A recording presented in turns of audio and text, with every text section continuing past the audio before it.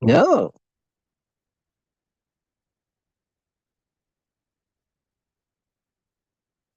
Wow. I'm live.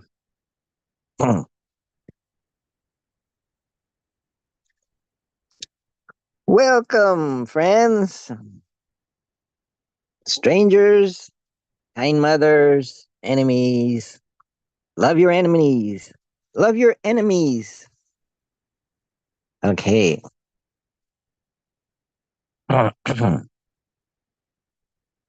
Mm. Are you happy? Don't worry, be happy.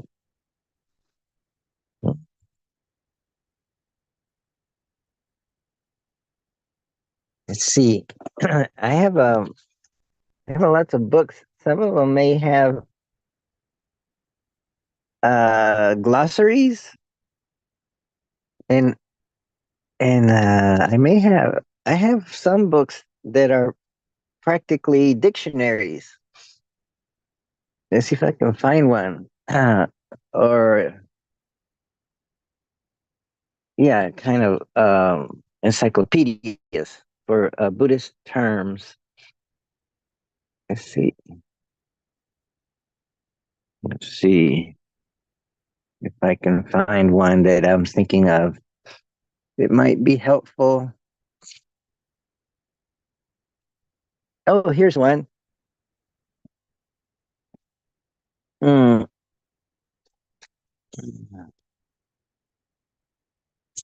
This one might help. So, hmm, uh, so there's a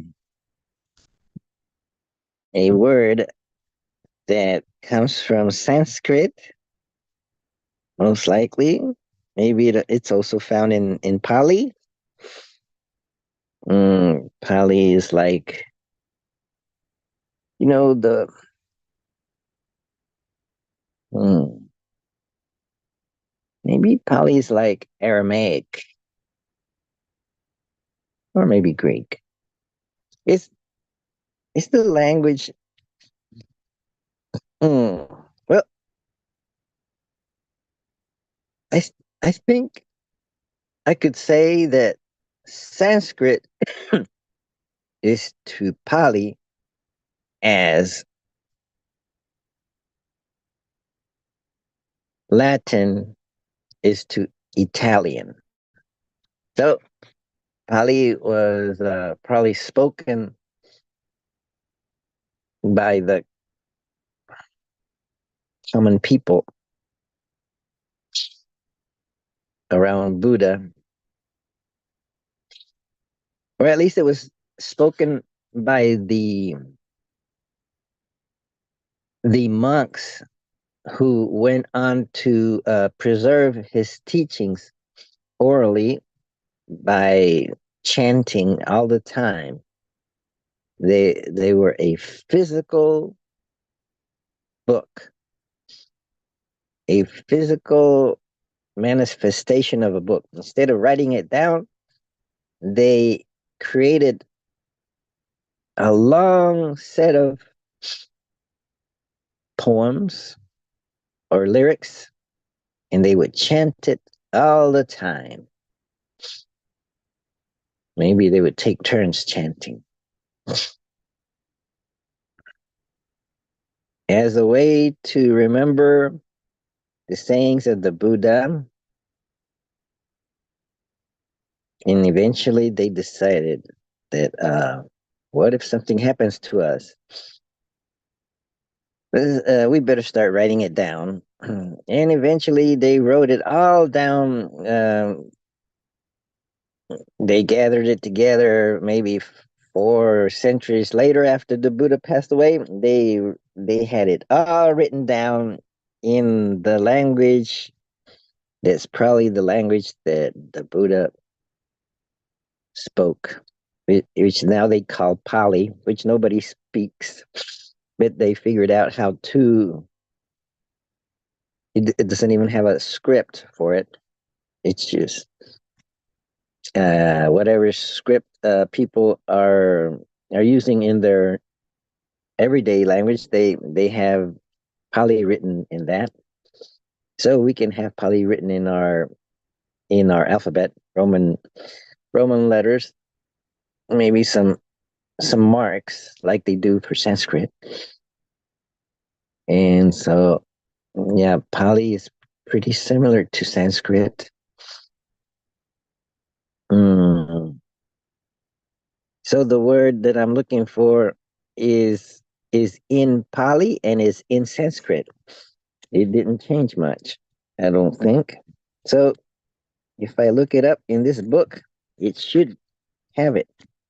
This is the Seeker's Glossary of Buddhism. In the word I'm looking for, it rhymes with Peshitta. Peshitta is referring to the, the scriptures of the Jews that form the Old Testament and the New Testament. Now I wonder, was the New Testament firstly written in Greek and then translated to Aramaic, or is it a little bit of both? Maybe some of them maybe were written in Aramaic and then translated to Greek. I'm not sure. Mm. So this word rhymes with Peshitta. It's found in a word, an important word in Buddhist literature and maybe Hindu also. I'd say because it's in Sanskrit and it starts with the letter C. But this letter C,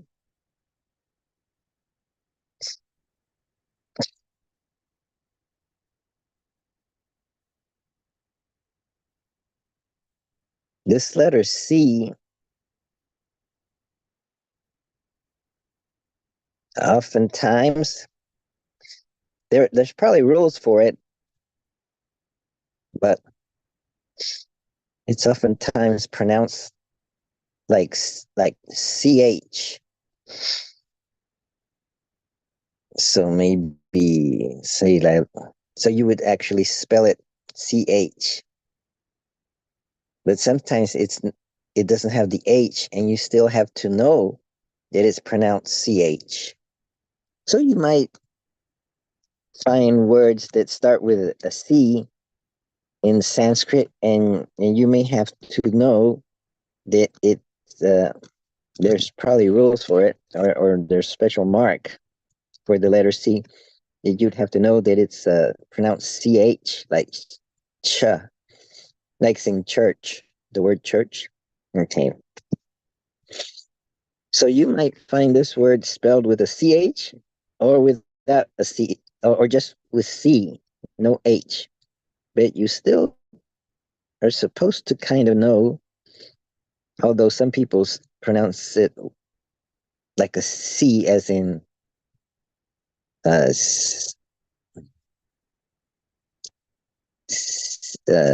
C, C, C, no, because normally a C with a letter A or U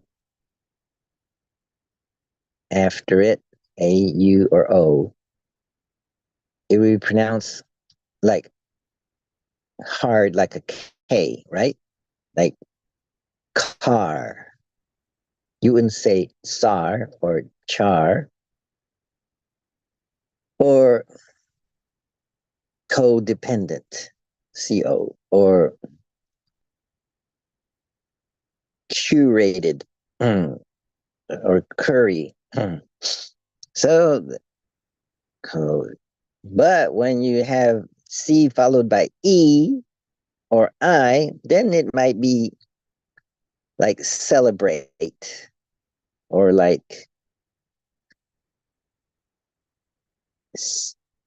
I can't remember of a word that goes C I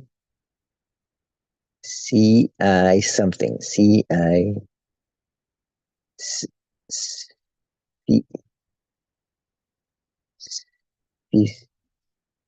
C C I C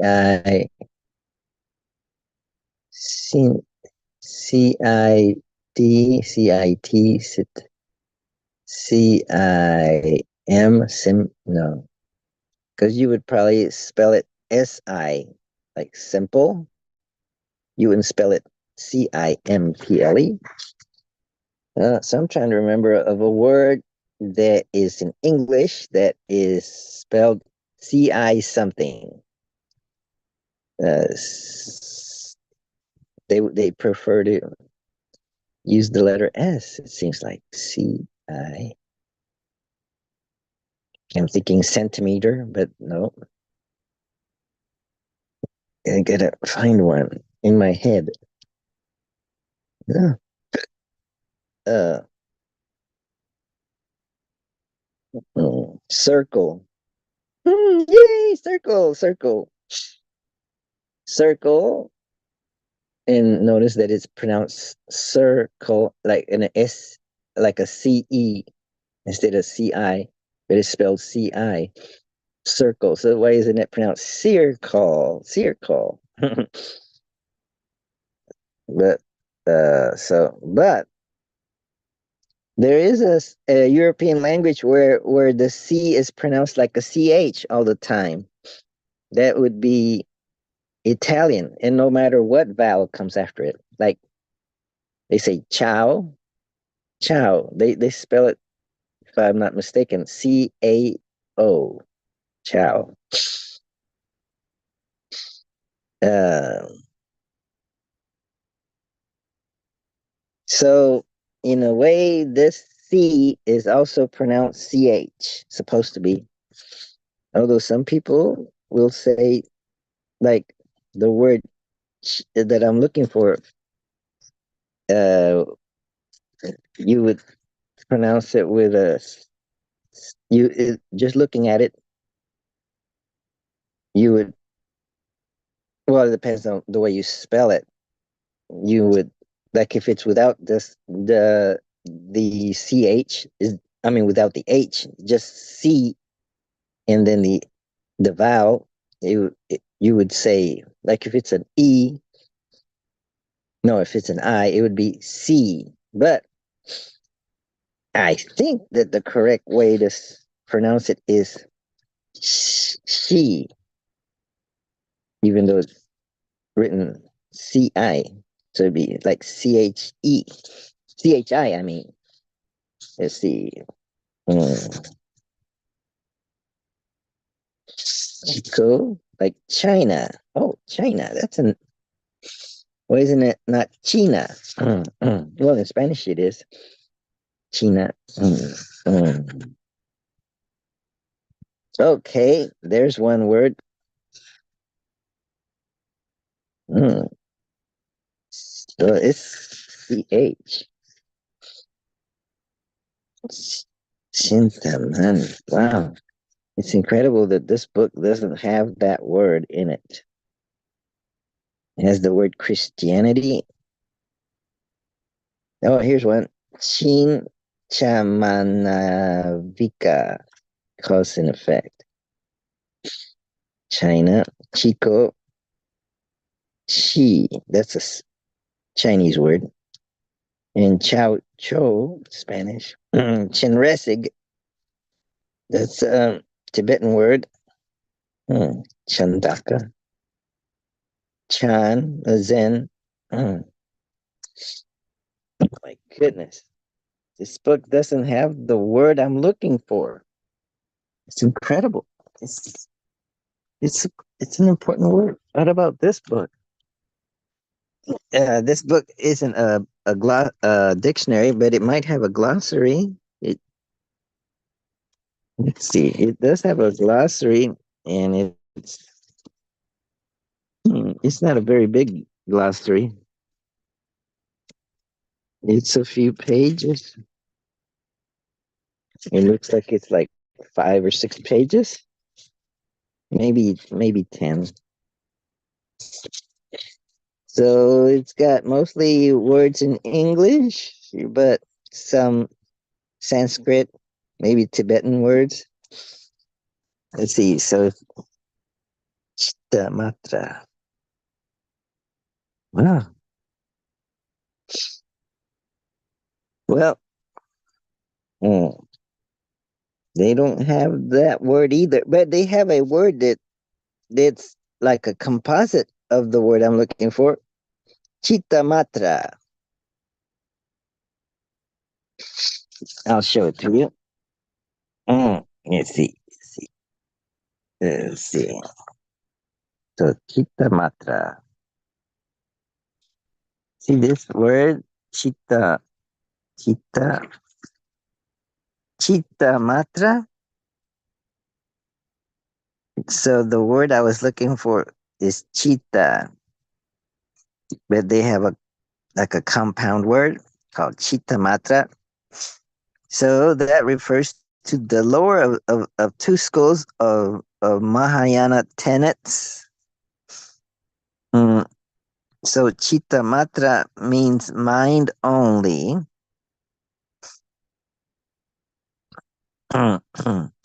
So according to this school, all phenomena are the same nature as the mind that apprehends it.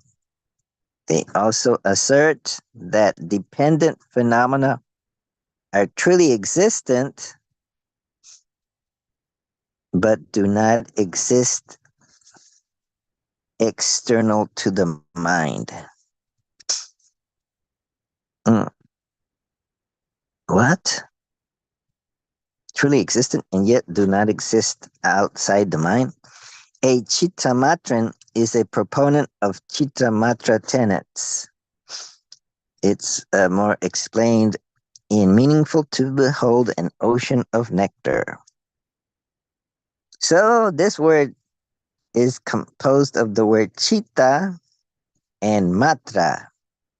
So because chitta matra means mind only, it's highly likely that chitta means mind and matra means only. And it is so because I do know, ooh, my fingernail is dirty.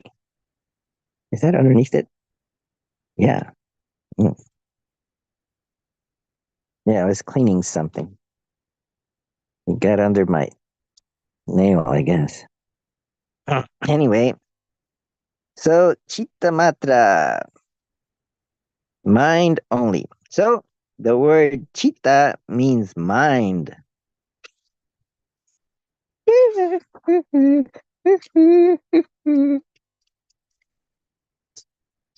Guess what I'm going to look up next? Mind. The word mind. See if they have the word mind here. Nope, they don't have the word mind. They have mindfulness. Hmm. Hmm. Okay, so there's that. uh, maybe this one. Maybe this one has a better glossary. Let's see if it does. And it's the same author. Let's see. No, this one doesn't even have a glossary, does it? Hmm. Oh wait. Oh, okay. This one does have a very detailed glossary. So maybe hmm, Piccola. Mm. No, it doesn't have chitta, but it does have the word mind. The mind, that which is clarity and cognizes. Mind's clarity always lacks form because it possesses the actual power to perceive objects. Mind cognizes because its function is to know or perceive objects. Mental factor. Hmm. Mental continuum. Hmm. Let's see. What about this book?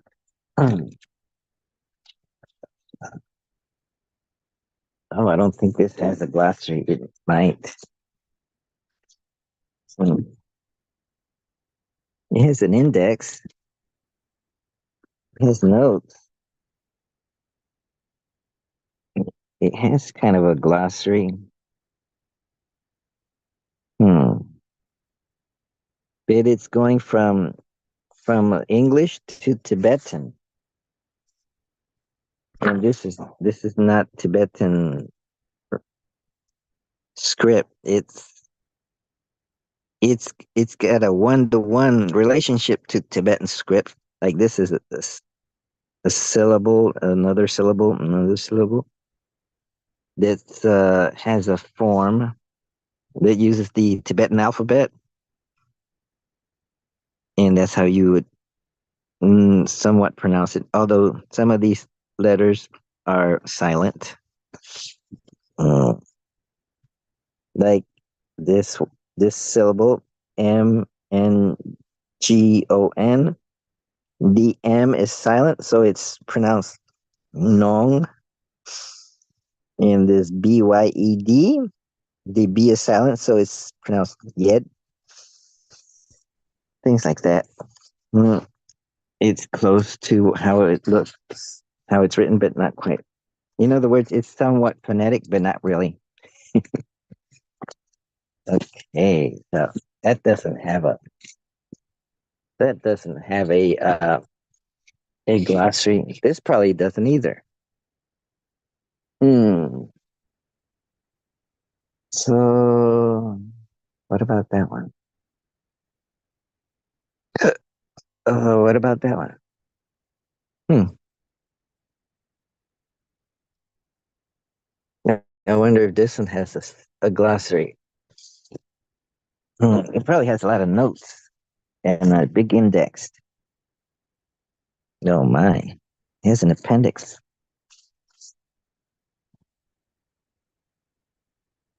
Hmm. Okay. This is the Yoga Sutras of Patanjali. Oh wow. Hmm. My camera. My camera is sideways. Hmm. I have to look at it like this. That's weird. Anyway. Oh, all right. Okay. Hmm. See. Let's see. Go like this. Now go back. Okay, that's better. So this is the Yoga Sutras of Patanjali. Each verse in Sanskrit and how it's pronounced, and how it's interpreted in English. So the first verse, I think that's the title of the chapter, and this first verse is saying, okay, here starts the teachings on yoga. And then the second important verse is a very powerful statement. What is yoga? So yoga is yoga chitta vritti nirodha. Oh, yoga. It's got an S at the end of yoga. Maybe that's possessive. Oh, like saying yoga is. So yoga is the chitta. Here is in the case where chitta is spelled without the H. See? Yoga, chitta, vritti, nirodha. So yoga is the mind, chitta, vritti. I think vritti, I suppose.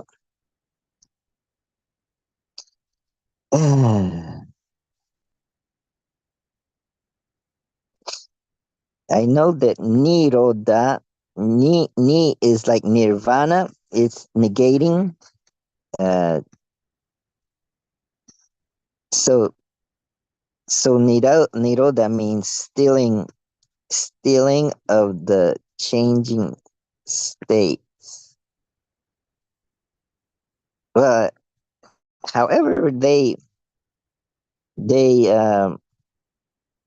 word for word translate these. It comes out to be in English that way, but they have to make it grammatically correct. So in the Sanskrit, the order of words are probably different. Like maybe it's subject, object, verb, or something like that.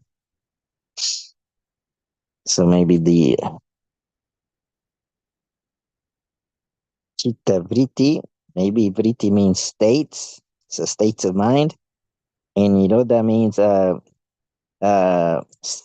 cessation of them or stealing of them. In so this way of translating it or interpreting is it makes sense. Yoga is the stilling of the changing states of the mind,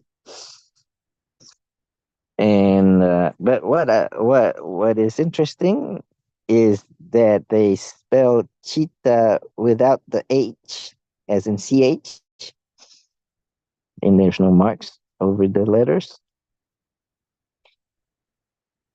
And so, because that goes, this phrase is the way you would pronounce this Sanskrit writing. Oh, I'm going to be learning Sanskrit, and here's the book I'm going to be using to learn Sanskrit. Hmm. Yoga Vataranam, the translation of yoga. Okay, so maybe they have the Yoga Sutras in here. Hmm. They got abbreviations. Is this a glossary? Yes, it is, but it's in it's in Sanskrit to English. So how would I know? I'd have to know the character for C or CH. So I'd have to know the alphabet. So here's the alphabet, or at least that's how you write it. But and here's the inside of the mouth and how you move to pronounce the the letters. So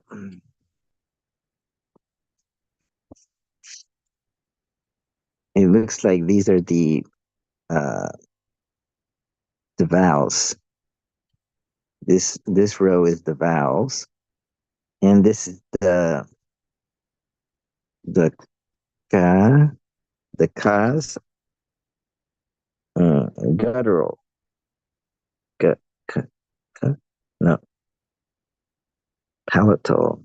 So to pronounce the letters, they group them into types of sounds. There's guttural, there's palatal, retroflex, dental, and labial. Mm, I think that I think the letters with the T are the dental. What a coincidence that they start with the letter D as in dental. The if I'm not mistaken. But then there's palatal. Which ones are the palatal?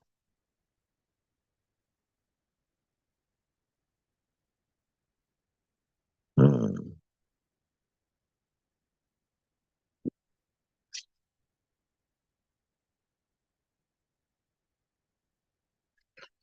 Anyway, this row here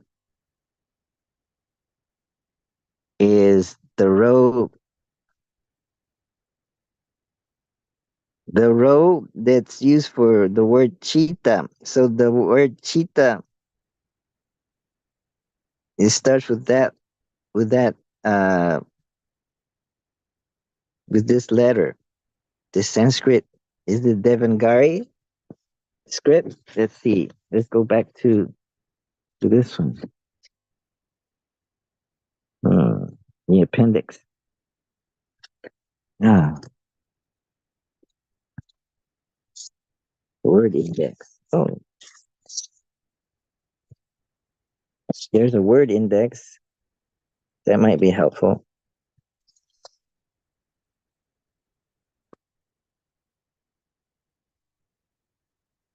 Okay, here's chitta, mind, chitta vritti, the big, the different uh, ways chitta is combined with other words to make new words is right there, and where it's found. I think found in the Yoga Sutras. Hmm. Mm, but where's the Yoga Sutras again? Back here somewhere in the appendix. Yeah, Yoga Chitta. Yoga. See, the problem is that there's no space between the letters, so you don't know where yoga and chitta end and begin. That it could be one, two, three. Could be that symbol. Uh, but then you try to match it with the symbol here. Is it that one? Or is it that one?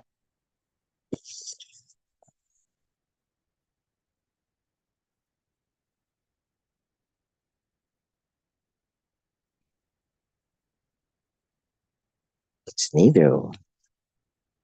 Doesn't look like.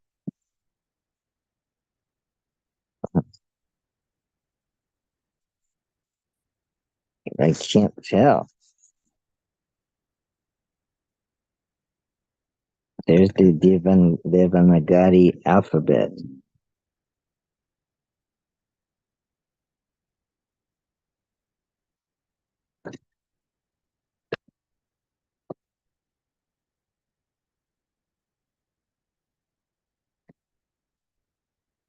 Hmm.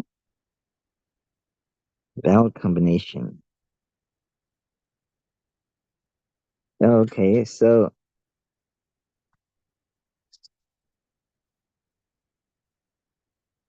that means that maybe. So they have, A-E-I-O-U. A is inherent. So all these consonants already have the vowel A built into it, as in A, E, I, O, U. That's why they go ka, cha, ga, ga, na. I think it's pronounced sha, cha, ja, ja, nya, ta, ta, da, da, mm, na, da, da, da, da, na, pa, pa, no, pa, pa, ba, ba, ma, and so on. So I think because we're looking for the word cheetah, you have to merge this symbol with E, the vowel E. Let's see, where's E? E. There's no E. Maybe that's E. Hmm. Hmm. Hmm. That's a problem. Maybe it's that one or is it that one? There's no E vowel. Oh, maybe there it is. E. So they got a whole set of vowels in Sanskrit. A whole bunch of varying vowels. There's that E and that E. So there's different E sounds. So that if we could merge this letter with this vowel, maybe we would get she, and it would look like mm, mm,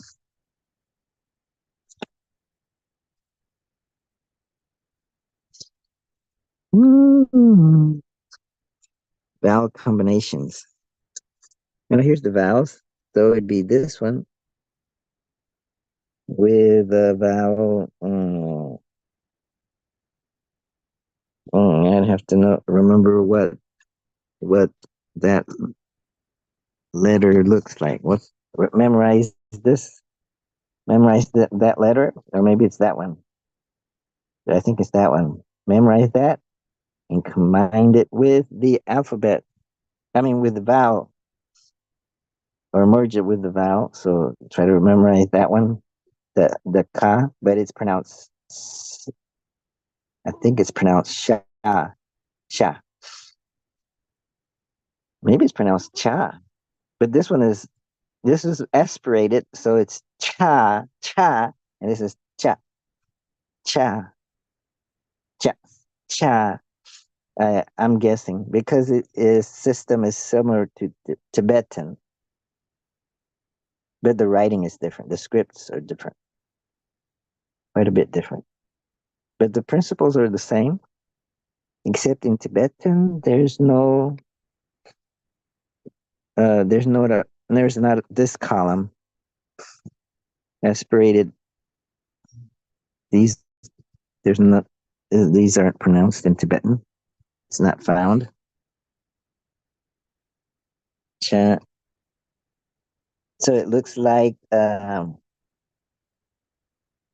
bar, and then a downstroke, and then a ball, and hmm, if I can find it. If I can find it in this column, maybe. Oh, it has to.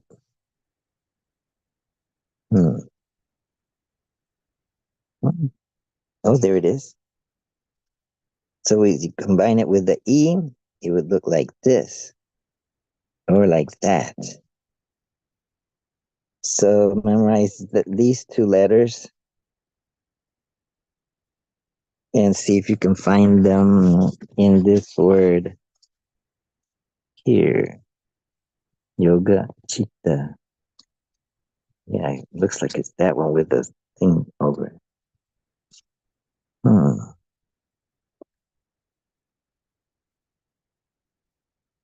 Mm.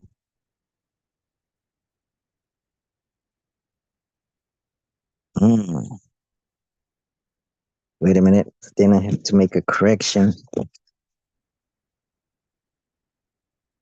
Hmm. Man, doesn't look anything like that one. It's not that one after all, and it doesn't look like that one. Hmm. Try to remember this symbol and look it up.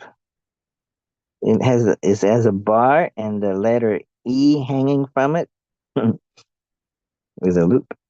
Okay, so let's see. You can find it on here.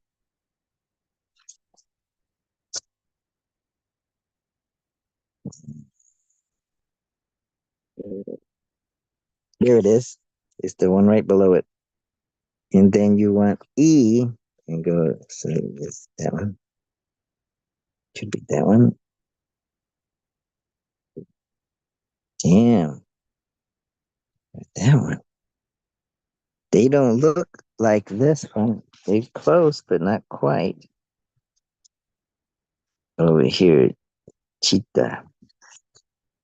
It's close.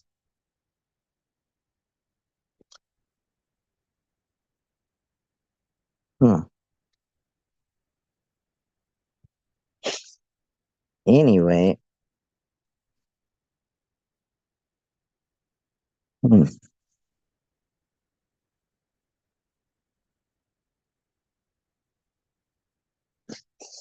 Hmm.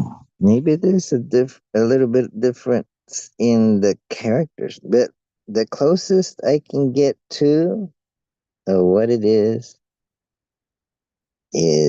this one.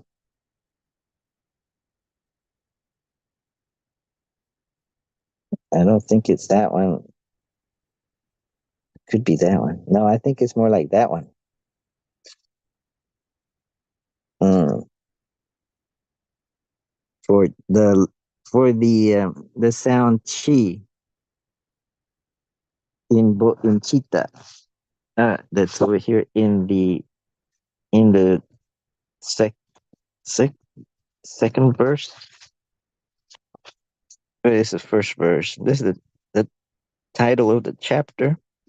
First verse, second verse. Yoga chitta vritti nirodha. So chitta means mind, but not mind in this area, intellectual control center to make you move the muscles and process your senses and come up with speech, and it's more of a heart mind, and that is what you're supposed to be able to use to communicate telepathically with animals with your heart. Hmm. That's what I learned today. So this heart mind is what chitta is. So that so when you do prostrations in Tibetan Buddhism, you you bring your hands together like so. Hmm, hmm, hmm, hmm, hmm. See if I can do it. So let's see. So you bring your hands together in your heart. You bring your hands together in your mind. Hmm. In your third eye, in your throat. That's speech. The action of speech comes through here, and the heart mind comes through here, resides here. So you go body,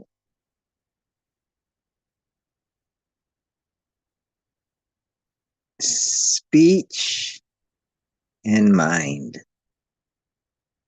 Okay. Uh,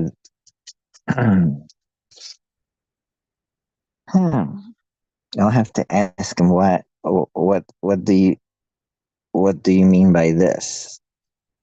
Some people just go like this and then like that and like that. The three, body, speech, and mind. But there's a seems to be a stop here. Maybe it's still part of the mind. Hmm. Third eye, maybe. Okay, so Yeah, let's share. Mm, Let's share a. Let's share. What do you want to share?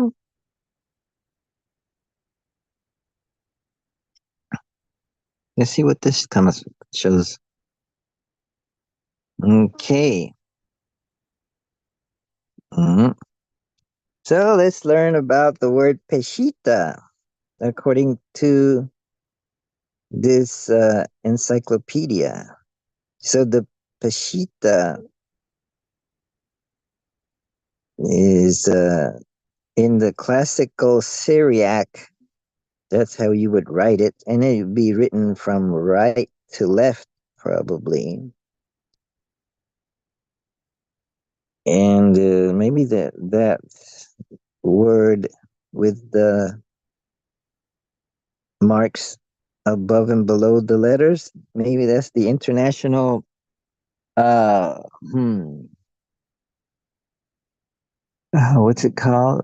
The International Phonetic System or something like that for uh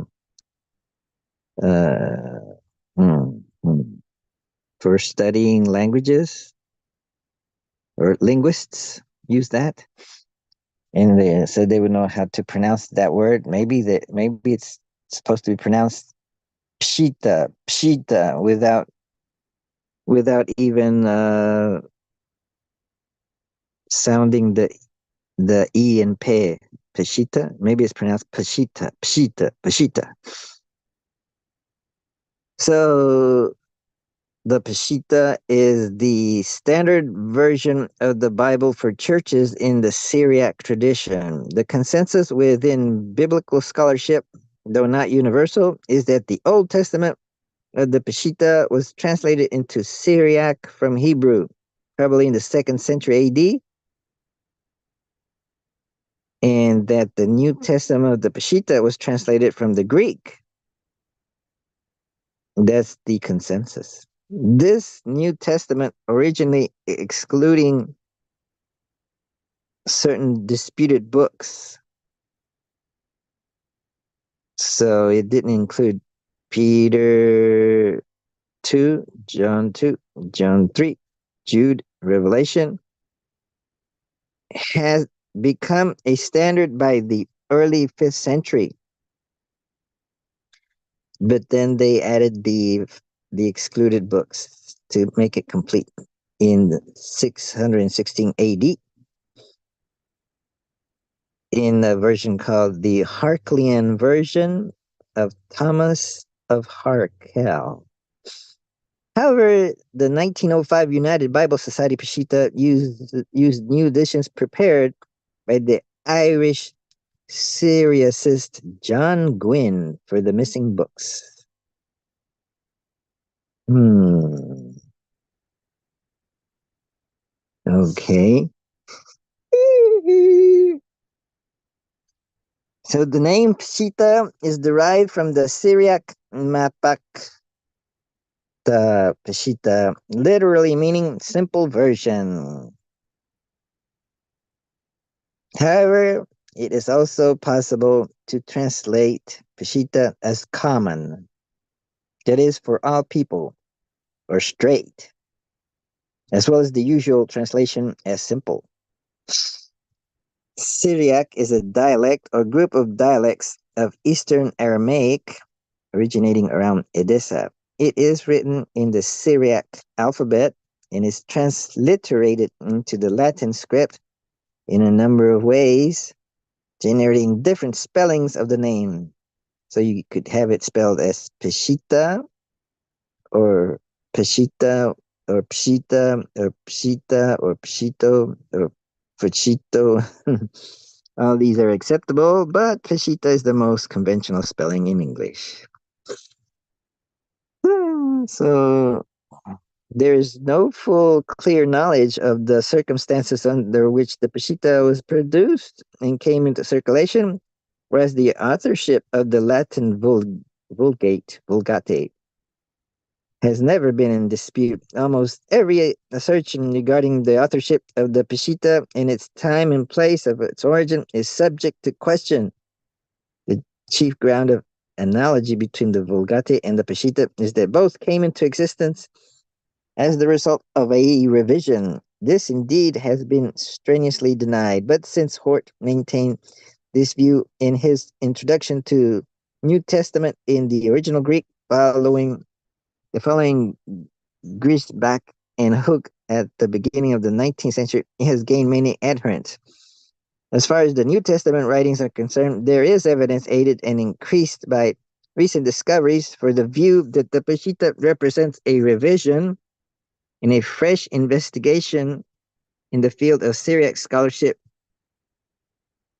has has raised it to a high degree of probability. The very designation Peshitta has given rise to dispute. It has been applied to the Syriac as the version in common use and regarded as equivalent to the Greek in the Latin Vulgate. The designation Peshitta, the word itself is a feminine form meaning simple, as in easy to be understood. It seems to have been used to distinguish the version from others which are encumbered with marks and signs in the nature of a critical apparatus. However, the term, I said, the designation of the version has not been found in any Syriac author earlier than the 9th or 10th century. As regards the Old Testament, the antiquity of the version is admitted on all hands.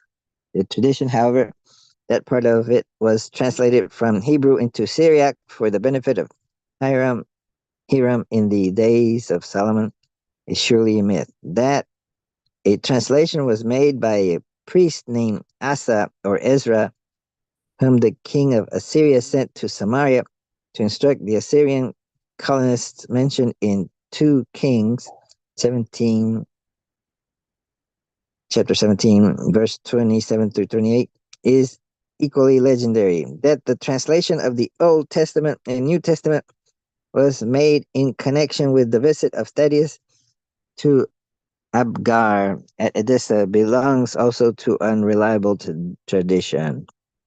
Mark has even been credited in ancient Syriac tradition with translating his own gospel, written in Latin according to this account, in the other books of the New Testament into Syriac. So these, so what about the Syriac Old Testament? There's that information. In the Syriac in the New Testament of the New Testament, attempts at translation must have been made very early, and among the ancient versions of New Testament scripture, the Syriac is in all likelihood the earliest. It was at Antioch, the capital of Syria, that the disciples of Christ were first called Christians, and it seemed natural that the first translation of the Christian scriptures should have been made there. The tendency of recent research, however, goes to show that Edessa, the literary capital, was more likely the place. If we could accept the somewhat obscure statement of Eusebius that Hegesippus made some quotations from the gospel according to the Hebrews and from the Syriac gospel, we should have a reference to a Syriac New Testament as early as 160 to 180 AD, the time of that the time of that Hebrew Christian writer. One thing is certain, the earliest New Testament of the Syriac church lacked not only the antilegomena, that would be 2 Peter and 2 and 3 John, Jude, and the Apocalypse, but the whole of the Catholic epistles. These were at a later date translated and received into the Syriac canon of the New Testament, as the quotations of the early Syrian fathers take no notice of these New Testament writings. From the 5th century, however, the Peshitta, containing both Old and New Testament, has been used in its present form as the national version of the Syriac scriptures only. The translation of the New Testament is careful, faithful, and literal, and the simplicity, directness, and transparency of the style are admired by all Syriac scholars and have earned it the title of Queen of the Versions. Hmm.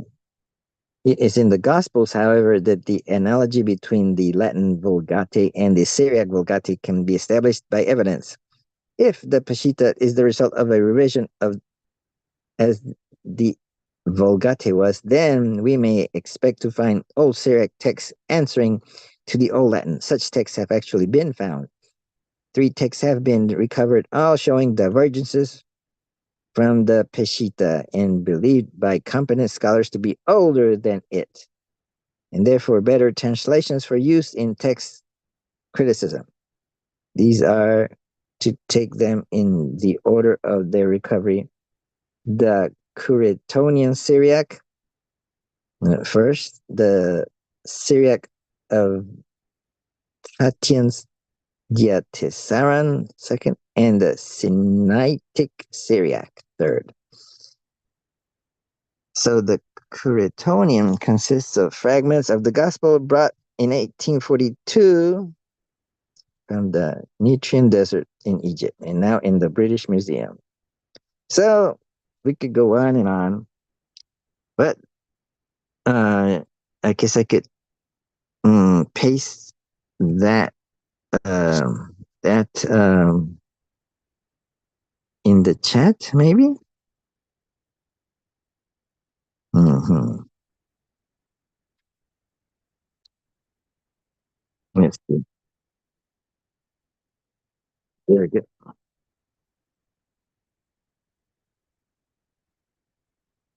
Oh, and I should say that hrdaya, Hrdaya,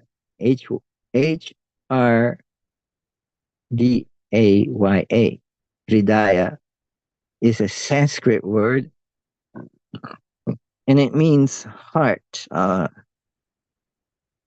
But it's different from chitta. I think chitta means heart, mind, and hridaya means heart as in essence.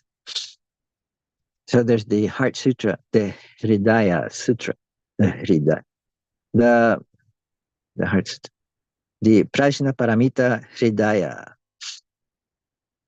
Sutra. Hridaya as is in this case as the means the essence or the condensed version or the yes the that without it you don't have it. Like what is the essence of a car? Maybe it's the engine. What is the essence of a human? Maybe it's our heart. Because or maybe it's our heart brain. I don't know. You'll have to decide. Okay, so thank you for listening, and I hope you got something out of it. Uh, I got something out of it myself, not much. But see you again next time, whenever that may be. Well, we'll continue studying the Peshitta.